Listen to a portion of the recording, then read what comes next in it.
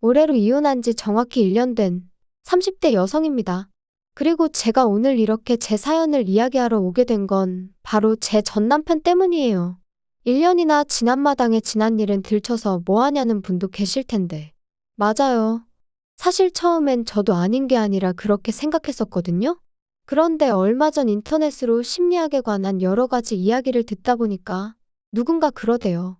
기억하기 싫은 일이라고 무조건 묻어두는 게 능사는 아니라고, 차라리 한 번쯤 속 시원히 털어놓는 게 도움이 될 수도 있다고요. 그래서 저도 이번이 처음이자 마지막이란 생각으로 제 이야기를 한번 해보려고 합니다.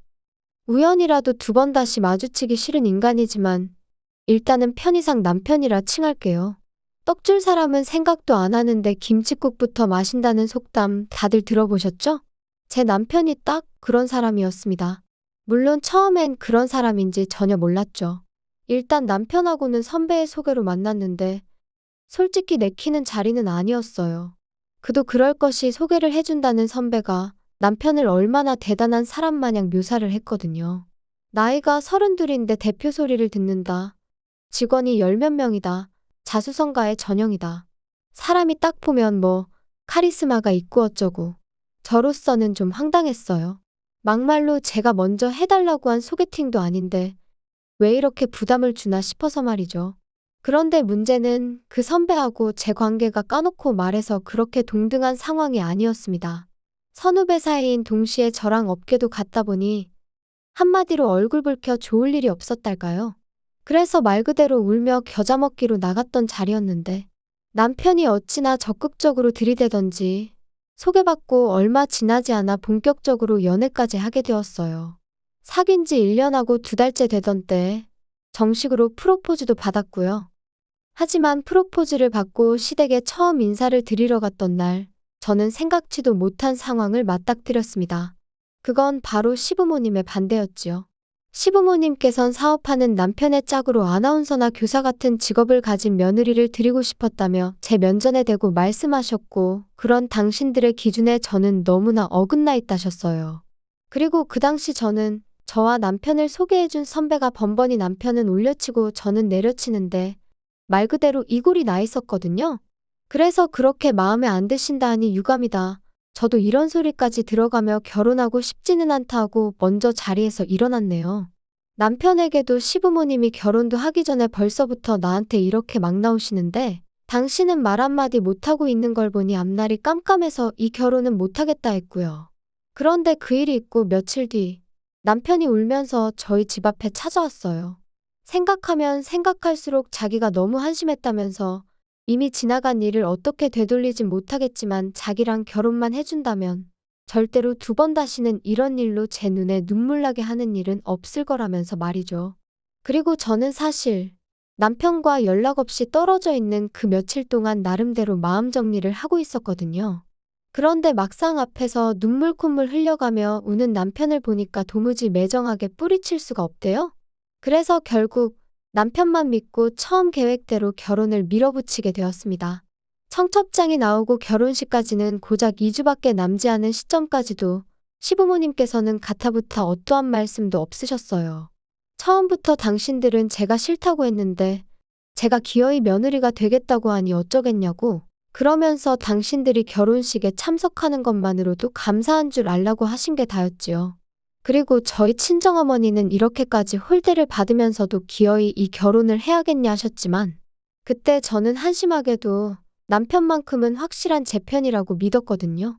그래서 친정어머니께 우리가 잘 사는 모습을 보여드리면 언젠가 시부모님도 마음의 문을 열어주실 거라 했어요.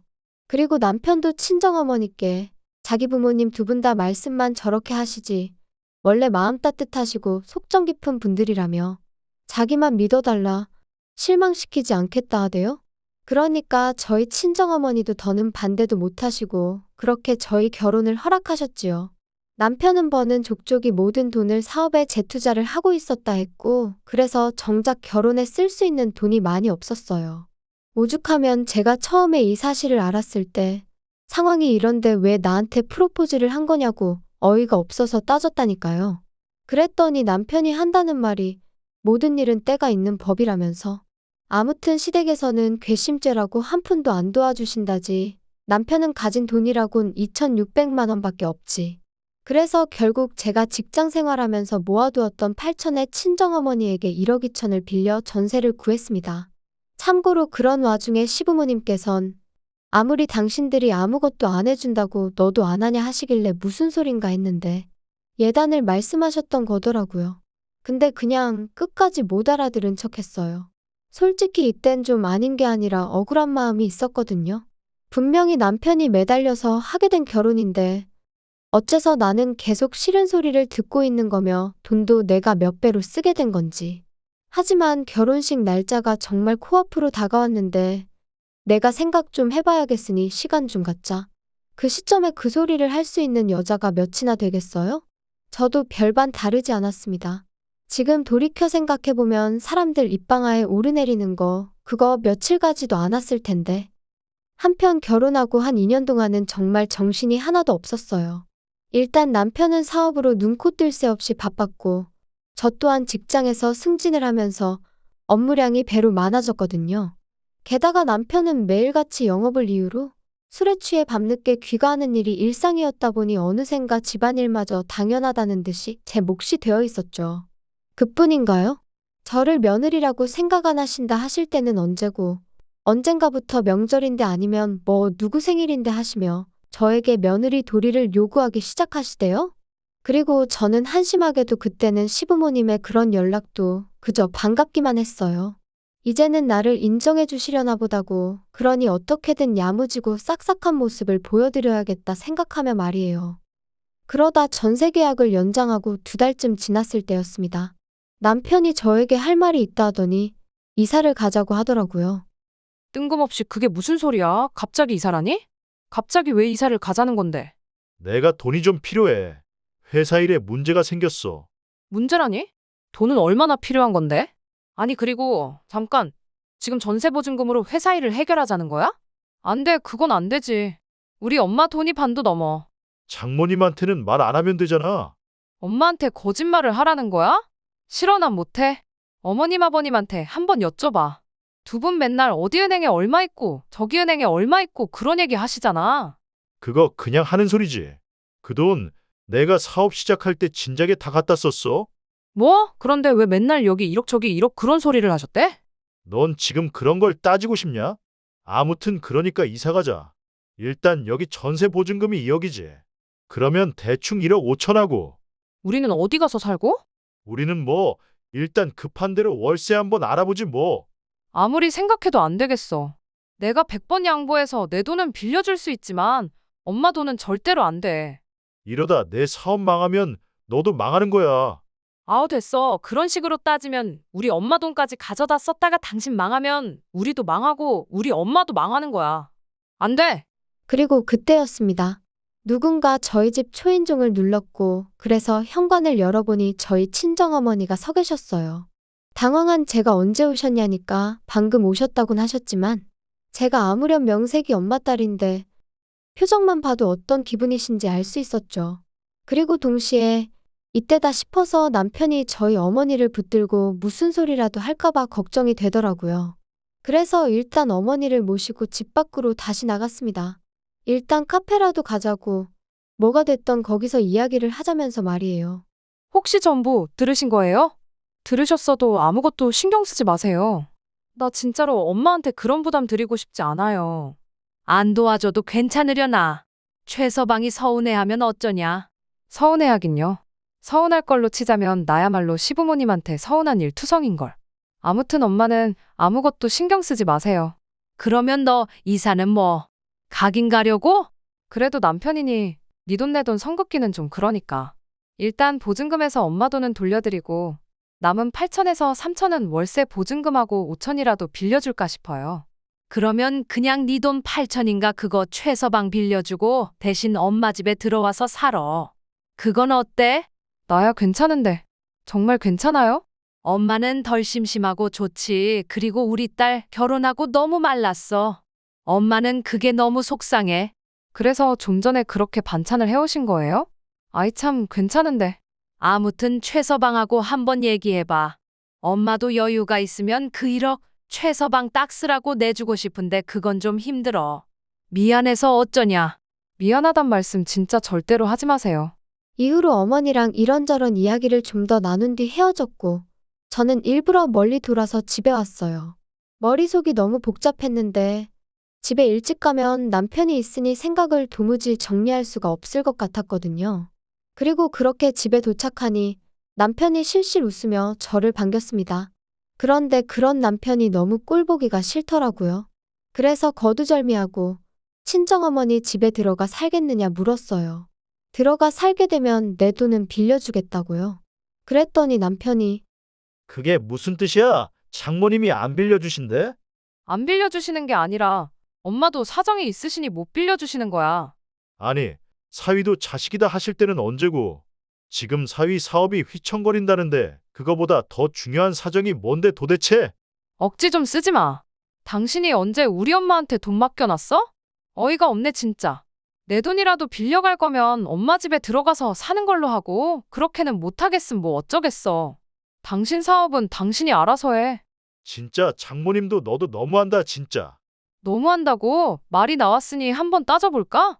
결혼하고 이후로 나 당신한테 꽃 한 송이 받아본 적 없어. 지금은 사업에 투자해야 할 때라면서 생활비 100만 원 주는 거 말고 당신이 이 집 돌아가는데 기여한 게 뭐가 있어? 그래도 나 언젠가 우리한테 좋은 날이 오겠지 하고 이제껏 참았어. 근데 이제 와서 사업이 위태로우니까 내 돈도 우리 엄마 돈도 내놓으라는 거 너무한 거 아니야? 그리고 내가 몰라서 말 안 하는 거 아니야? 그 투잔지 뭔지 그거 다 하루가 멀다 하고 마시는 술값인 거 누가 모를까 봐? 그래도 내가 사업을 해본 적이 없으니 그냥 알아서 잘하겠거니 하고 믿고 내버려뒀어. 그런데 이제 와서 뭐 하자는 건데? 남편 입장에선 아마 꽤나 당황스러웠을 거예요. 평소라면 좋은 게 좋은 거라고 그냥 참고 넘어가던 저였으니 이번에도 그럴 줄 알았을 테니까요. 하지만 이번만큼은 도무지 참을 수가 없었습니다. 그래서 남편더러 내 마음이 아예 바뀌었다고 이참에 친정에 들어가 살아야겠다 했어요. 친정어머니 돈도 돌려드리고 애시당초 당신 결혼할 때 들고 온 돈이 얼마였냐? 2,600인가 그렇지 않았냐? 나도 2,600만 내놓고 나머지는 거두겠다. 그랬더니 남편이 저더러 갑자기 왜 그러냐면서 일단 진정 좀 해라 어째라. 하지만 결론부터 얘기하자면 이런 대화가 있고 정확히 3달 뒤 남편은 사업을 정리했고 저희는 친정으로 들어갔습니다. 친정어머니는 물심양면 저희 부부를 도와주셨어요. 집에서 노는 사위였지만 제가 회사 일로 바쁘니 당신이 삼시세끼를 챙겨주시는 일이 다반사였고 게다가 저희 빨래며 청소며 하는 김에 하는 거니 신경 쓰지 말라셨죠. 그리고 남편의 수입이 또 끊어진 그 상황에서 제가 해드릴 수 있는 거라곤 한 달에 100만 원씩 드리는 게 전부였어요. 그런데 이 사실을 알게 된 남편이 노발대발 실성한 사람처럼 굴더군요. 야, 너 지금 돈 번다고 유세하는 것도 아니고 어떻게 장모님만 100만 원씩 드릴 수가 있냐? 진짜 너무한 거 아니냐? 내가 뭐 엄마 용돈 드려? 그럼 당신이 우리 엄마 도와서 집안일 좀 해. 음식도 하고 청소도 좀 하고. 그러면 되겠네. 엄마가 밥까지 차려주셨으면 최소한 설거지는 해야지. 아무튼 엄마가 우리한테 해주시는 거 생각하면 100만 원도 적어서 송구스러울 지경이니까 괜한 트집 잡지 마. 그래도 이건 경우가 아니지. 드릴 거면 우리 부모님도 드려. 그래 그럼 다음 달부터 20만 원씩 드릴게. 그러면 되지? 뭐 20만 원? 어디 거지한테 적선하냐? 진짜 사람 열받게 하네.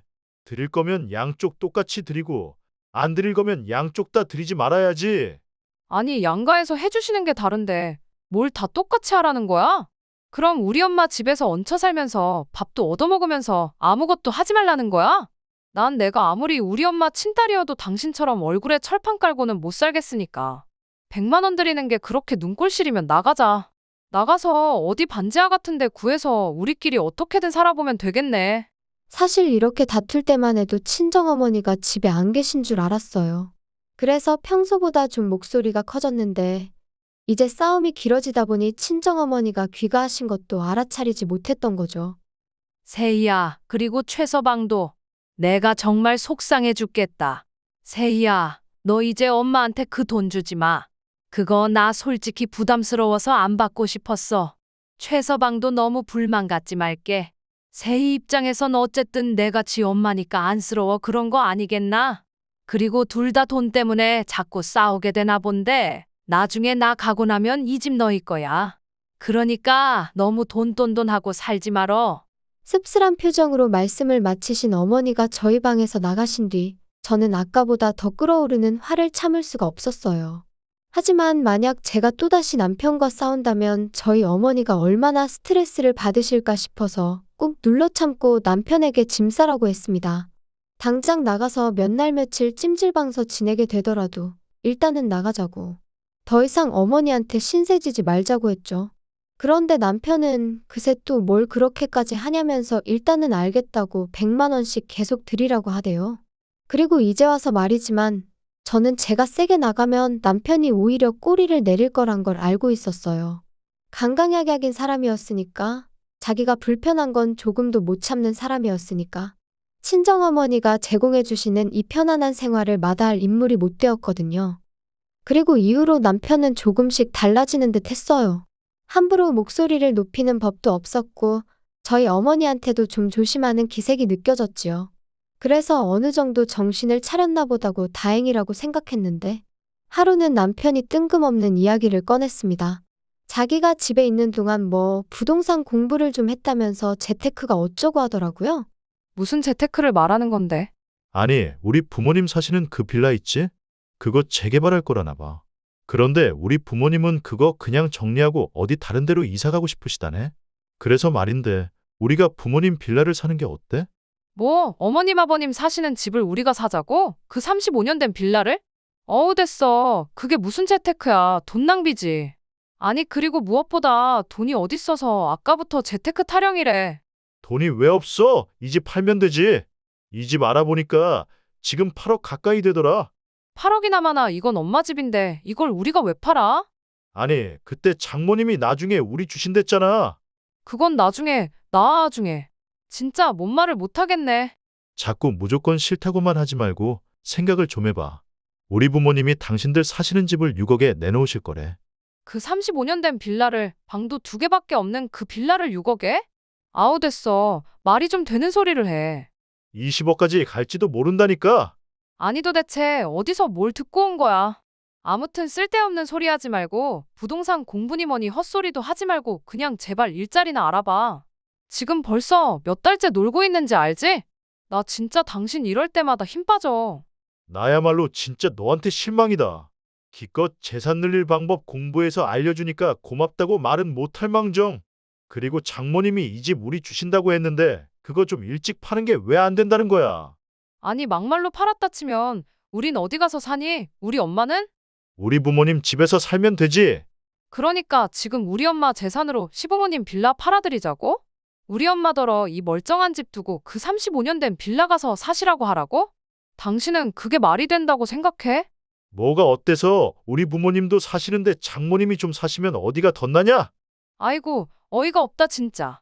이제 보니까 재테크는 무슨 우리 엄마 재산 시부모님한테 나눠드리자는 소리로밖에 안 들리네요. 쓸데없는 소리 한 번만 더 해봐 진짜. 나 안 참아 진짜. 하지만 남편은 제 경고에도 불구하고 그때부터 낮이고 밤이고 재테크 타령을 해대느라 정신이 없었습니다. 그리고는 급기야 자기 마음대로 저희 어머니 집을 부동산에 내놓고 왔더라고요. 남편이 볼 일이 있다며 잠시 집을 비웠던 날 부동산에서 집을 보러 왔다고 찾아왔는데 저랑 저희 엄마랑 얼마나 당황했는지.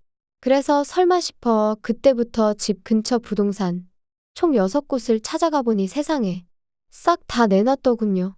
그것도 금매로요. 저는 끓어오르는 분노를 더는 참을 수가 없었습니다. 남편하고 이야기해봤자 소용도 없겠다 싶었고요. 그래서 정말 마지막 희망을 가지고 아버님께 전화를 드렸어요. 그래도 시부모님은 적어도 뭐가 옳고 그른지는 확실히 아시겠지. 그러니 아들인 남편에게 한마디 따끔하게 해주시겠지 하는 마음으로 말이죠. 하지만 피는 못 속인다더니 그 얘기라면 이미 두영이한테 다 들었다. 걔 입장에선 그렇게 생각할 만하더라. 준다고 했으니 팔아도 된다고 생각을 했던 거겠지. 그리고 내가 말을 안 하려고 했다만 너는 니네 엄마 여기 와서 고생하는 건 싫고 네 시부모 여기서 고생하며 사는 건 상관없냐? 그런 이야기가 아니잖아요 아버님. 아무튼 우리가 더 서운하다. 그리고 니네 엄마한테도 확실히 얘기해. 주기로 했으면 주셔야 되는 거라고. 그리고 너는 이제 니네 엄마 따르기 전에 내 아들 마누라고. 그러면 내 아들 그러니까 네 서방 말을 최우선시해야지. 막말로 서방이 집을 팔아서 죽을 써먹자고 하면 그냥 내하고 믿고 따르면 되는 거야. 통화를 마치고 나니 정신이 멍해지는 기분이었어요. 도대체 제가 뭘 기대했던 건가 싶고 제 스스로가 한심했고 한편으론 말 그대로 얼이 빠진 듯했죠. 하지만 이내 정신이 맑아지면서 이 상황을 어떻게 정리해야 하는지 알겠더군요. 이혼이었습니다. 이대로 있다간 남편이고 시부모님한테고 등골 빨리다 죽겠구나 싶은 게 이제 더는 참으면 안 되겠구나 싶었죠. 이혼을 결심하기까지가 솔직히 쉽진 않았어요. 좋은 추억보단 안 좋은 기억이 많아서 별거 아닐 거라 생각했는데 그래도 미운 정도 정이라더니 한편으론 나까지 이 인간을 안 챙기면 누가 챙겨주겠나 싶고 그런데 그런 제 마음도 모르고 남편은 계속해서 재테크 타령이나 해대고 시부모님은 시부모님대로 저한테 네 남편한테 잘해라. 서방이 곧 하늘이다. 그런 문자나 보내시고. 그래서 감사하게도 덕분에 마음을 굳힐 수 있었습니다. 그리고 저는 2022년 10월 21일 남편에게 집에서 나가달라고 했어요. 이혼하자는 말과 함께 말이죠. 이후의 일은 솔직히 쉽지만은 않았습니다. 처음부터 남편이 협의 이혼은 안 해준다 하여 꽤나 애를 먹었거든요. 하지만 제가 변호사를 구했듯 남편도 어디 가서 상담을 받았던 거겠죠? 이혼 소송을 걸고 얼마 지나지 않아 취하해달라며 협의 이혼을 하겠다고 태도를 바꾸더라고요. 그 이유를 따로 묻지는 않았어요. 그때는 그저 이유가 어찌됐건 하루빨리 이 인간하고 남남이 되고 싶다 그 생각뿐이었으니까요. 남편과 이혼한 후 솔직히 한동안은 주변 그 누구에게도 정확히 어쩌다 제가 이혼을 한 건지 말을 못했습니다. 돌이켜 생각할수록 제가 참 바보같이 살았다는 후회와 스스로의 미련함에 시쳇말로 쪽팔렸거든요. 그런데 지금 이렇게 털어놓고 나니까 그래도 순간순간 제 나름대로 최선을 다했다는 건 변함없는 사실이고 그것만큼은 그 누구도 저를 욕할 수는 없다고 생각해요. 그랬기에 결단을 내릴 수 있었고 남편의 어떤 소식에도 동요하지 않을 수 있게 되었으니까요. 어떻게 마무리를 해야 하나 싶은데 생각보다 훨씬 마음이 후련하고 오랫동안 밀린 숙제를 끝낸 것 같은 게 털어놓기를 잘한 것 같네요. 오늘을 마지막으로 더는 이 일을 들추지 않고 앞만 보고 열심히 살아보겠습니다.